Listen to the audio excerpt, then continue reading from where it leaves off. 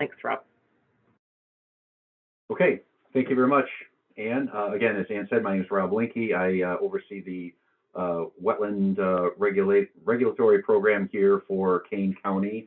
I've been with Kane County since 2014, and so let's go ahead and get started and talk about all things wetlands and wetland protection in Kane County. So let's start with answering the basic question: what is a wetland? And I think when we ask ourselves what is a wetland, this is probably the type of picture that most people will think of, and that of course is a feature in the landscape that is inundated with water, has lots of native plants and forbs and flowers and that propagated throughout it. And so this is kind of our traditional concept or picture of a wetland when we say what is a wetland that we have here in Kane County. This is actually just up in the far northeastern quadrant up in Elgin. This is Bluff Spring Fen. I think this is a really good picture, shows a lot of the diversity. But we also have many other types of wetlands within Kane County as well. This is also a wetland. To the untrained eye, you may say, well, this just looks like kind of a wet, muddy hole. These are actually, this is known as what's called a vernal pool. This is also a very valuable wetland. We'll talk about this a little later in some of the benefits that these things provide. And so we see these scattered across our landscape. And these are also important features that we want to be able to protect and preserve as well. This is another example of a wetland. This would be a wet prairie. And so this is an area where you may not necessarily expect to see open water or flowing water, especially during most of the year. But nonetheless, this provides very valuable habitat and important functions in the landscape in terms of the movement, storage, and filtering of water through the landscape. And then we have other wetlands where you might not see any water at all. Matter of fact, this is actually far up from any streams. This is high up on a hillside. This is the McLean Fen Forest Reserve. So a fen is a special type of wetland that's actually driven by water that actually percolates through the soil and through the underlying rock, and the water chemistry creates some very unique conditions for special plants that only grow in these areas. And so we have many fens that are scattered throughout the county. Not as many as we once had. They're kind of hard to identify and then to preserve, especially early on as development came across the county. But we have several of these nonetheless, and so these are really interesting features that are certainly worth visiting. We have a couple that are protected in our forest reserves. So what is a wetland? When we talk about an actual definition of a wetland, the Kane County uses the Army Corps of Engineers standard definition. That is defined as any area that's inundated or saturated by either surface water or groundwater at a frequency and duration or length of period of time sufficient to support and under normal conditions, meaning it has been modified, that it does support the prevalence of vegetation that's adapted for life in saturated soil conditions. And I know that's kind of a mouthful. Basically, there's three characteristics that define a wetland. There's hydrology, hydric soils, and what's known as hydrophytic vegetation. And just to put that into an illustration here, this is a good illustration. So if you look at this wetland that we have here in the photo, certainly you can see that there's hydrology and that we have a prevalence of water. There's an accumulation of water, in this case, in this little prairie pothole wetland. We have hydric soils, which maybe aren't quite as readily apparent in this photograph, but certainly hydric soils refer to soils that form under saturated or anaerobic conditions. So they're saturated, there's no oxygen that can get into those soils, and so the actual chemical properties of those soils are actually changed over time because they're underwater, they're saturated for a long period of time throughout the year. And so we have those soils both underneath this little prairie pothole wetland, and then going up, extending into those banks and that. And then also we have the hydrophytic vegetation. That's the third component.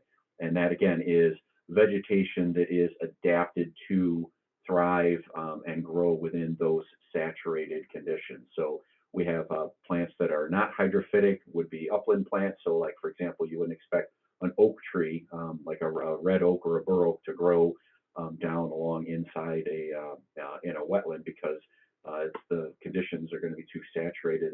They don't like their feet wet, their root systems, they can't adapt to that. But wetland plants are uniquely adapted to be able to thrive and grow very well in those saturated conditions. Some other types of wetlands or features in our landscape that are regulated under our wetland ordinance and are in need of protection are things like streams. So while a stream channel itself doesn't have the hydric soils, for example, it certainly has the hydrology. It may have the hydrophytic vegetation in terms of the aquatic plants that are growing in the stream bed, but it may not, but it's still part of our wetland network. Another feature would be our nonlinear water courses, so like our ponds and lakes. So we have several large ponds. We have not too many lakes in Kane County. Unfortunately, you have to go further up northern towards the lake in McHenry County, but we do have a few, and those are considered wetlands as well. We also have some other features that maybe aren't quite so apparent to the untrained eye, and that would be our farmed wetlands. And I'll show a couple of slides later on down the road, but I just wanted to provide an illustration here. So a farmed wetland is a historical wetland area that was drained for agriculture, and it's in a state of being continuously farmed. So if you look here at this dark area on the aerial, you can actually see the dark shading representing where the water wants to accumulate. If I had the layer of hydric soils, which we have mapped out across the county, this dark area would light up as being an area of hydric soils. And then if you look closely, you can see these kind of white lines going across that depressional area, and those represent the drain tiles. So the drain tiles that the farmers installed years and years ago actually take the water out of this wetland area, drain those hydric soils, so the soils are no longer saturated for a long enough time of the year to support the wetland vegetation, and therefore it allowed them then to be able to utilize that area for agriculture, for in this case row crops, agricultural row crops. Here's an example though of what happens when we do get a large rain, and so you can see here in 2013, April of 2013, we had a large storm event, and what you would expect to see in these farmed wetland areas is that they would fill up with water. And so if that agricultural drain tile system was not installed and functioning underneath this wetland feature, that wetland would actually return. And we actually see that happening in areas, particularly out in the central and western part of Kane County, where the agricultural drain tiles fail and these farmed wetlands actually revert back into a formal wetland, and we see the wetland vegetation return. So we have many different types of wetlands throughout Kane County. You can see there's a list here between marshes, wet prairies, shrubs, scrub wetlands, floodplain forests that you would expect, particularly along the Fox River. We have sedge meadows. Again, we mentioned the fens, the calcareous seeps. So those would be like the seeps with very alkaline groundwater coming out of them. We have floating aquatic. We have the submerged aquatic, and then again along the river, for example, we have these mudflat annuals. And so these wetlands typically don't necessarily, while they may occur in isolated instances in and of their own, oftentimes what we'll see is you'll see different types of wetlands. They actually occupy, they're directly adjacent to one another. So you may have a wetland along the edge of a floodplain forest, or next to an emergent marsh as you transition up higher into the landscape. And as I mentioned before and showed the slides, we also consider our linear water courses, so our streams and our creeks and our ponds and lakes. Those are also considered wetlands, and they are regulated as such. Why are wetlands important? Wetlands are important for two primary reasons. The first is they provide a critical habitat for a lot of our flora and fauna across Kane County. So I've just thrown in a couple of slides here. These are probably some of the animals and that most people associate with wetlands: the great blue herons, amphibians and reptiles like our turtles and frogs. Certainly a lot of the waterfowl relies on the wetlands. So we have cormorants, many different species of ducks, and a lot of other species of birds that rely on the wetlands for either for their habitat for nesting, they rely on for foraging, for food, so on and so forth. We have a couple pictures here of some sandhill cranes, which have become much more frequently, they frequent Kane County or parts of Kane County much more frequently than I remember as a kid growing up. We have a pair that actually nested just off the edge of our backyard, adjacent to the wetland along Fearson Creek, and so it was kind of fun to watch during the course of the spring and summer.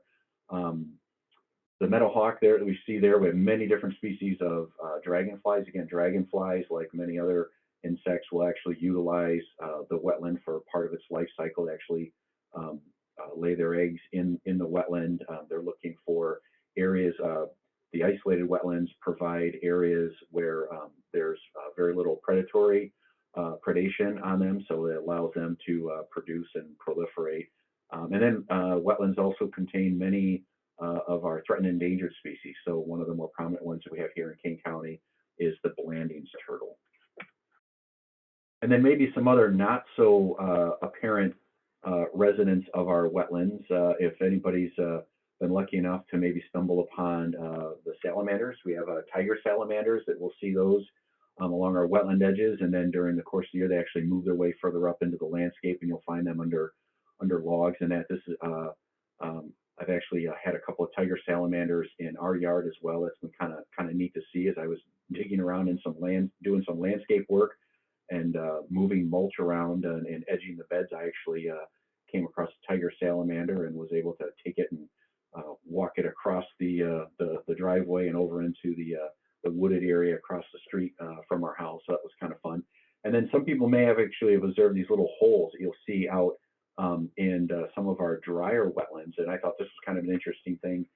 People see these little holes and they think, well, there's some kind of, moles or mice or groundhogs or chipmunks, things like that.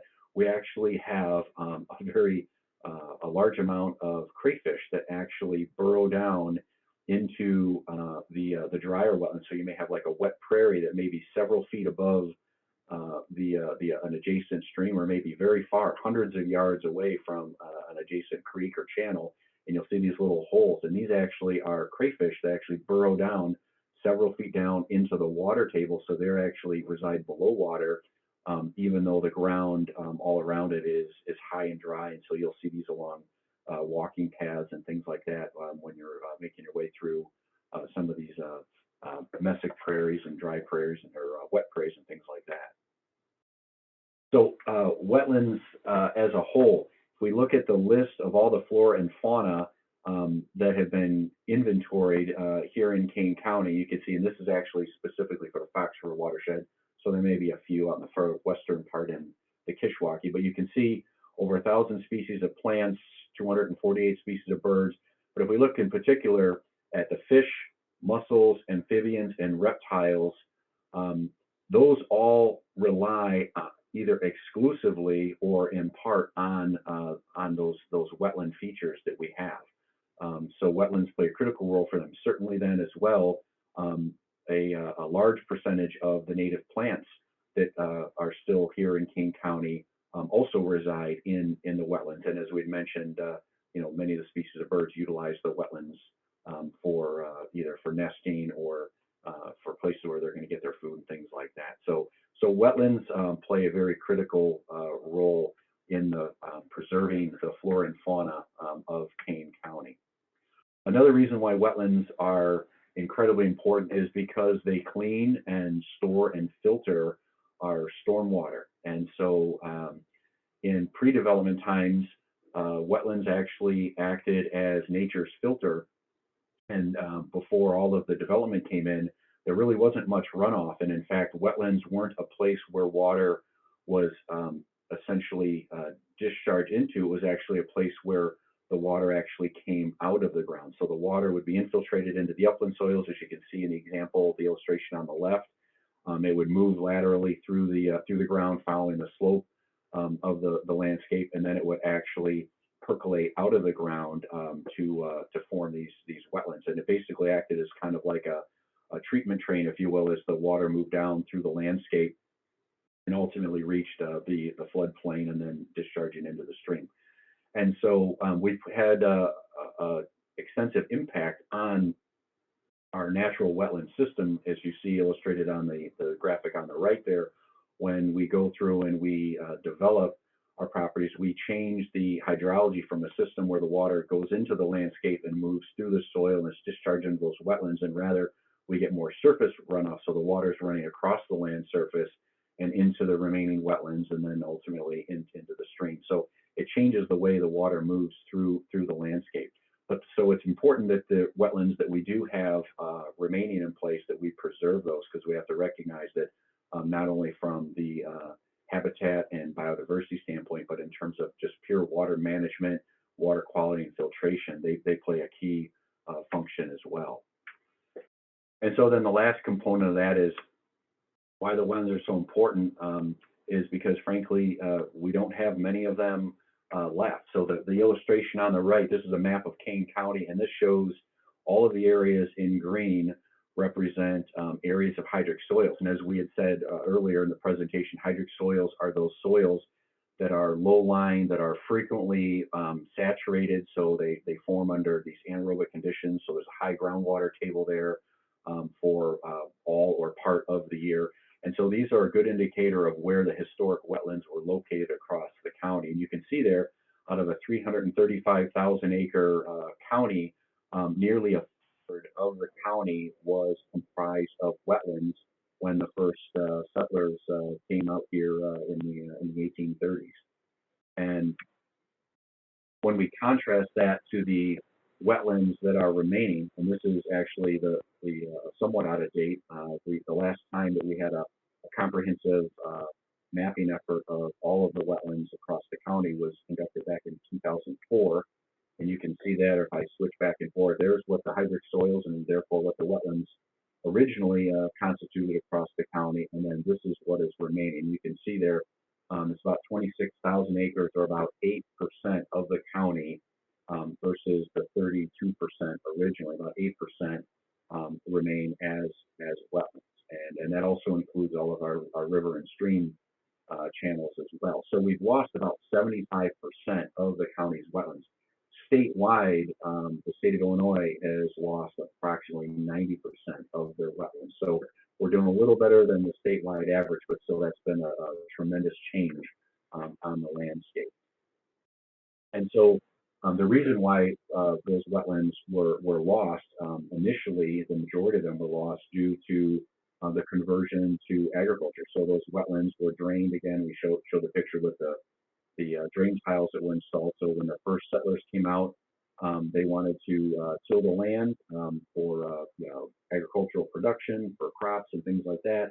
And so as those methods, the agricultural methods improved, once drain tiles became a standard practice to improve the productivity of the landscape, the entire county was pretty much tiled over, if you will, or tiled under. And so we lost most of those wetlands, particularly in the western and central part of the county. And then as the settlements increased and we had more and more urbanization, then wetlands continued to be converted over. They were filled in order to satisfy the demands for new development and housing and those kinds of things. So in summary, the wetlands provide habitat for most of the flora and fauna, all those different species of plants and animals that we talked about. That's where the majority of our native plants and animals thrive. And you can see that we've lost 75% of them. So therefore, that really points to the need to preserve the wetlands that are remaining. And that's why we have wetland regulations in place. So wetlands are regulated here in Kane County through the Kane County Stormwater Management Ordinance. That was updated in June of 2019. And again, this can be visited online. There's a section that's in Article 7, and it defines what a wetland is and what the standards are for protection. So our department, so Ann and I and Jody and those of us here at Kane County Department of Environmental and Water Resources, we administer the Kane County Stormwater Ordinance For the unincorporated areas, so that would include regulating the wetland standards and protections for all the areas that are outside of municipalities. And then municipalities that are certified, meaning they have the staff or consultant on board to be able to go through and make sure that all of their developments meet the common stormwater ordinance, they would review and issue permits for any type of potential wetland impacts within their jurisdiction. And so projects that have a wetland impact, so if there's any kind of filling or conversion of a wetland into a non-wetland area, basically filling it in or draining it, that would be considered an impact, and there has to be mitigation that's done for that, and there's a permitting process that you would go through. If you're not filling in the wetland, there's a wetland on the property, but you're avoiding that wetland, there's no mitigation that's needed for that. So there's still a permitting process just to make sure that the wetland isn't going to be impacted, but it's much less. So wetlands are regulated either directly under the Kane County Stormwater Ordinance for isolated wetlands, as we can see on the right, and then there are also wetlands that are considered waters of the U.S., which would be all of our rivers and streams, anything that's directly connected into the stream system, ultimately to the Kishwaukee River or the Fox River. Those are regulated by the Army Corps of Engineers. So there's a process that you go through when you're getting the permit from Kane County to do any work adjacent to or within a wetland. You also have to permit through the Corps, unless it's shown to be an isolated wetland. And again, this example on the right, you can see here this wetland in the middle. This was likely all agriculture long before the subdivision and the residential homes were put in, and it was probably a historic wetland that was tiled. And then once the development went in, we see this happen quite frequently, is the tiles are no longer maintained because the farmer isn't farming it and using it for agriculture. And what happens is the tiles then begin to fail, and then the wetland actually comes back. And so this is where an example of a situation such as that. So the process that we go through for the wetlands is that in order to regulate those is, again, if there's a wetland on the property, a stormwater permit is required. And with a few exceptions, if you have any one of those three features, the linear water course, or a isolated, non-linear water body like a pond or something, or an actual wetland, something where we have the soils and the vegetation, and again, it's evident that there's water into there. The county and the certified communities would require that a wetland delineation be prepared. So that's basically hiring somebody who is trained to be able to go out and identify those wetland features. And so in addition to that, then once that delineation is done, then we require that you reach out to the Army Corps of Engineers and get their sign off as to whether or not they're going to take jurisdiction over it. If they take jurisdiction over it, then there's a process that you have to go through with the Army Corps of Engineers, filling out an additional permit from them. If they say that they don't object to that, or they don't take jurisdiction over that wetland, then the permitting process is run through the county. And so as far as the county wetland requirements go, you have to quantify the direct impacts to all wetlands that are on your site.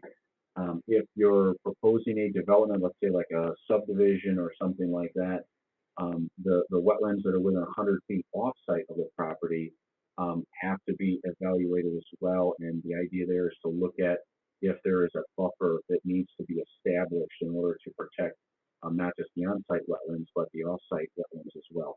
Similarly, again, for these larger developments where there's a subdivision or a commercial development going in, or something that's going to require stormwater detention, where you're building a basin and you're going to be discharging into that wetland, or perhaps you're building and you're cutting off the area that used to drain into the wetland, you're redirecting it into a stormwater system. You also have to evaluate the indirect impacts, because it's not just what happens if you fill or drain a wetland, but if you change the hydrology by cutting off the amount of water that flows into that wetland historically, or perhaps putting more water than what used to go in there as a consequence of adding all of the impervious area, you can essentially drown out a wetland. So those indirect impacts are required to be evaluated as well. Again, these aren't for the smaller projects, like if somebody's building a pool or a shed or an additional house. This is for larger developments where you're building multiple houses or buildings and things like that that require stormwater protection.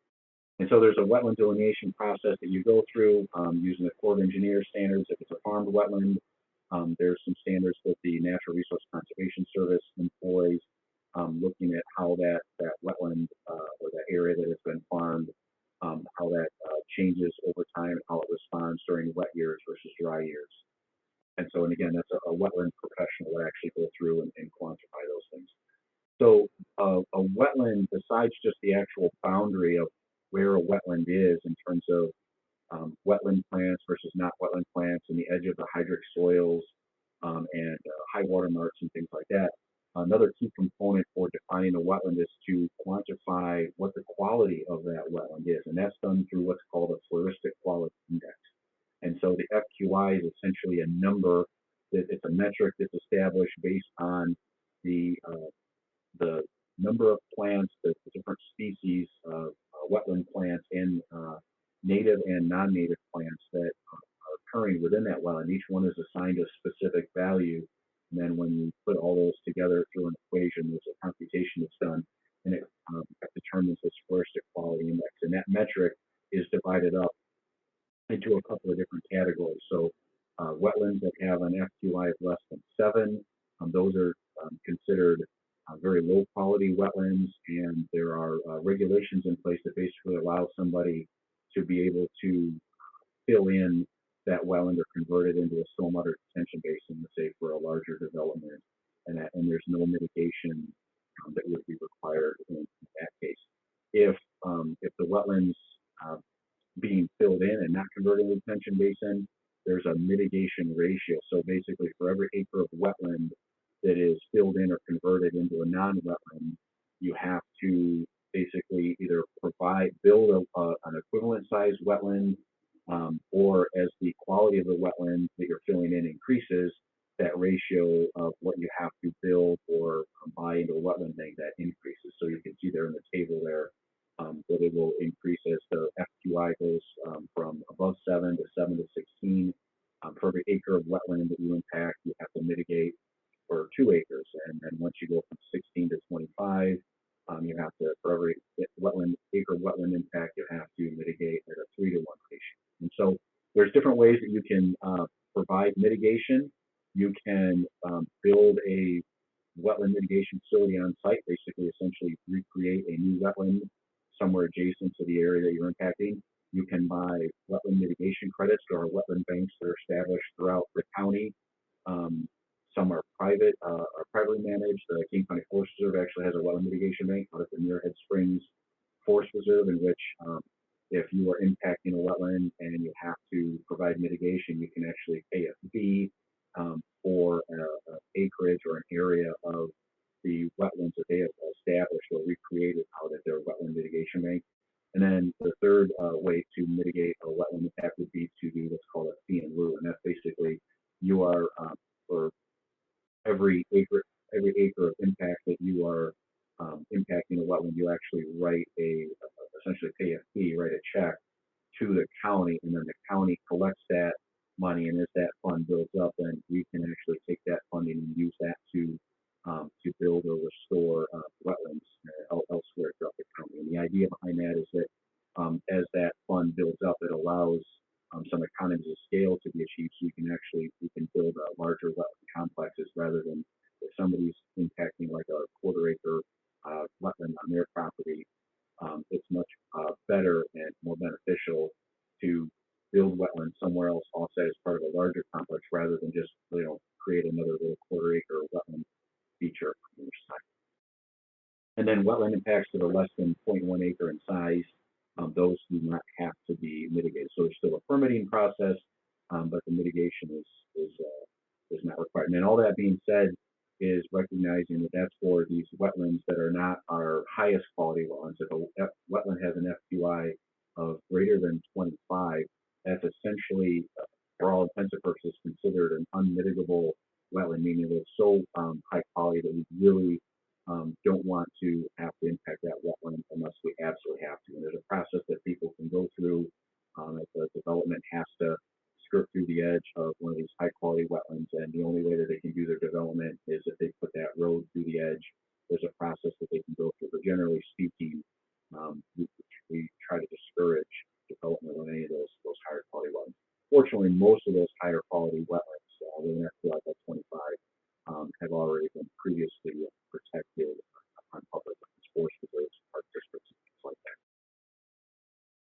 So when the mitigation, if you're buying into a wetland mitigation bank, the county ordinance requires that that be done within the same watershed. So you can see in this exhibit on the right, if you're developing or impacting a wetland anywhere in the Fox River watershed, to the right of that pink line, the mitigation should be done within that watershed, and then likewise in the Kishwaukee watershed. And that's basically just to kind of even things out so that you're not impacting and losing wetlands in one watershed and then replacing them in another. Wetland buffers. Buffers are very important. So not just the wetland feature itself, the wetland itself provides habitat and all of those functions, but then the buffer is the area, that upland area that's adjacent to the wetland that basically provides those functions such as reducing flow rates, slowing the water down, filtering out sediment, reducing nutrients, and things like that before that water gets into the existing wetland. And so here's just a couple of illustrations of what we have as far as existing and non-existent wetland buffers throughout the county. This is very prevalent in the western part of the county in particular, where the agricultural practices have been taken all the way up to the edge of the stream corridor. So essentially, that wetland feature, the stream, has no buffer at all because there's row crops all the way up to the edge of that. And you can see that in the bottom left corner versus to the right, you can see that the agricultural landowner on the south side of the road there for one reason or another has not encroached too far into that stream corridor and actually is providing a usable buffer. So that's an existing buffer and something that as part of the development process, the regulations are set up to preserve that wetland buffer. And there's various standards that we have, generally speaking, for the linear water courses for the streams, and for streams and rivers, it's generally a minimum of a 30-foot buffer, and then it can extend all the way up to 100-foot out away from the edge of that stream if it's a biologically significant stream channel. So some of our streams, Big Rock Creek, Pearson Creek, Tyler Creek, those are considered biologically significant resources, and so there's a buffer requirement of 100 foot that's placed on it. For the isolated wetlands, these little pocket wetlands that are regulated under the county ordinance, the buffers themselves are determined based on that FQI rating. So you can see in the table on the right there how it extends, the buffer width will get larger and larger as the quality of that wetland gets higher and higher. So the wetland buffers themselves, when a buffer is established based on the development activity that's occurring, we require that the buffer be placed in a conservation easement. And the idea behind that is that we want the wetland and the buffer to be placed in a conservation easement. So that will ensure that when the property changes ownership, that area will continue to be protected. And so it just provides another form of protecting or ensuring that that resource and required buffer are going to be preserved. And within the buffer, it is possible, especially when we start thinking about the residential properties that extend out into these wetland resources, it is possible in order to encroach into that buffer, as you can see there, it's defined up to 15% of that buffer area on a given property can actually be encroached upon with an accessory structure like a shed or a pavement or things like that, or a patio or a fire. So, but it's important to point out for any of our private landowners here, residential folks that are on this call or listening to this, that when that easement is put on the private property, that it doesn't convert it to public property or public access. It is considered fully private. It's not accessible to the public. It's just an easement that's there, again, to ensure the preservation of the wetland resource and the buffer. And again, when those buffers are put into place, there's some requirements in the program that it has to be monitored and managed for 3 years after the plantings have been completed, and the report has to go to the county. Again, this really applies to larger type development activities, not so much somebody building a shed on the back edge of the property where the So this would be kind of an example of where that would fall in. So we see this frequently where we have an agricultural property that's going to be developed into a subdivision. You have the narrow stream channel you can see there in the top right. There's no existing buffer to speak of there, but a 50-foot buffer is required under the ordinance if the development is proposed and it's intense enough that it requires stormwater detention. That 50-foot buffer has to be reestablished as part of that development process. So the agricultural row crops that are right up along the edge of the stream for a distance of 50 feet out would actually have to be replanted into a native buffer, so that would have the native prairie plants and bulbs and grass and that would be put in there. Now the detention basins are allowed to encroach into the upper half or the outer half of that buffer. That is something that is allowed. So again, we're trying to find a little bit of a compromise there to accommodate some of the development activities while still protecting the wetland and providing buffer feature. If we talk about smaller type developments adjacent to our wetlands, here would be an example here where you have residential properties adjacent to the creek. There is the stream is a high quality stream, so there's a 100-foot buffer. But in this case, because, for example, if you were proposing a pool or a shed or something or a detached garage on the back of this property shown there in the blue rectangle, this is an area where because it's under 5,000 square feet of impervious area, under the county ordinance, a stormwater permit is not required. And because the area that it's being proposed, even though it's within 100 feet of the stream, if there's no change in the land use, so it was a residential property, it's going to remain a residential property, and it's turf grass where they're proposing to build a shed or garage or pool, there is no impact to the wetland, and therefore no buffer is required to be reestablished in that case. This would be another example. We see this frequently with our equestrian properties and larger rural residential estates and that. And again, this is the same thing. They're proposing an activity, outbuilding and maybe some parking that would trigger a stormwater permit because it's more than 5,000 square feet of disturbance, and it is adjacent to the stream. But because the area in which the work is being proposed has historically been maintained as turf grass, that area would not be required. There wouldn't be a buffer setback there, so they would be allowed to build this type of development in that area. But then outside of that fence line where the vegetation was not actively managed as turf grass and it was more naturalized, then that would be an area that we would require to be established as a formal buffer. And again, an easement placed over that to ensure the protection of that forward. So all of the requirements are contained within the Kane County Stormwater Ordinance. We have a lot of materials, reference materials, and guidance materials on the county website. You go to, if you just Google Kane County Stormwater Ordinance, that will ultimately take you to the Stormwater Management and Permitting page on the Environmental and Water Resources side of the county ordinance.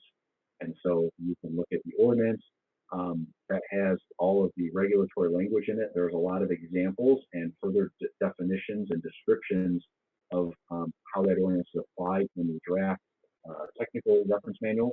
We consider it a draft, but that's only because we continue to update it. So as we get new information or better examples, we'll update that and then repost that. But that technical manual is a really good resource. And then if the activity that somebody is proposing is going to in fact actually impact the wetlands, so it's an unavoidable thing, the wetland permit itself is on the website as well, and there's a nice worksheet that kind of walks folks through that process of what needs to happen. So it kind of goes into a little more detail than what I was able to summarize here. We have some other good resources online as well. The Advanced Identification Wetland Mapping, which is considered our standard planning level wetland map for the county. It shows where those wetland resources likely are.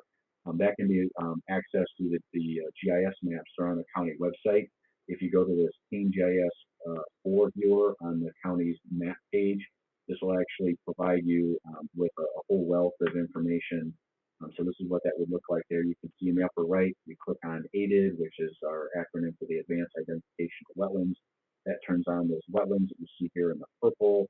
And then there's a lot of other things that can help to answer some of the questions as far as the drainage and how water is moving through the landscape there. If you click on the stormwater tab in the bottom right there, you can look and see where the roadway culverts and storm sewers are, where drain tiles are located. If we have information on those, we put those on there, and then those blue lines represent how the water moves, excuse me, across the landscape. And this can help to answer some questions of how water is moving through those wetlands. And again, just want to point out that these areas that are shown in purple, for example, on this public GIS viewer, these show the approximate location of the wetlands. The wetland may be expanded much more than what's shown on that map. Again, this was done based on aerial photos from the late 90s and early 2000s. That was published in 2004.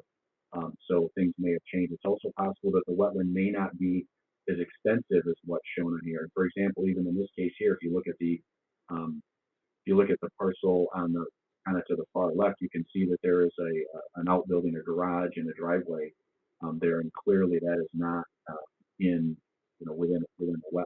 So that would be an area that would not be defined as a wetland. So we're going through the process eventually to update these maps, but that takes some time. And so with that, I'm going to open it up to answer any questions. I see there's some things in the chat, but I guess I'll let somebody else kind of read those off.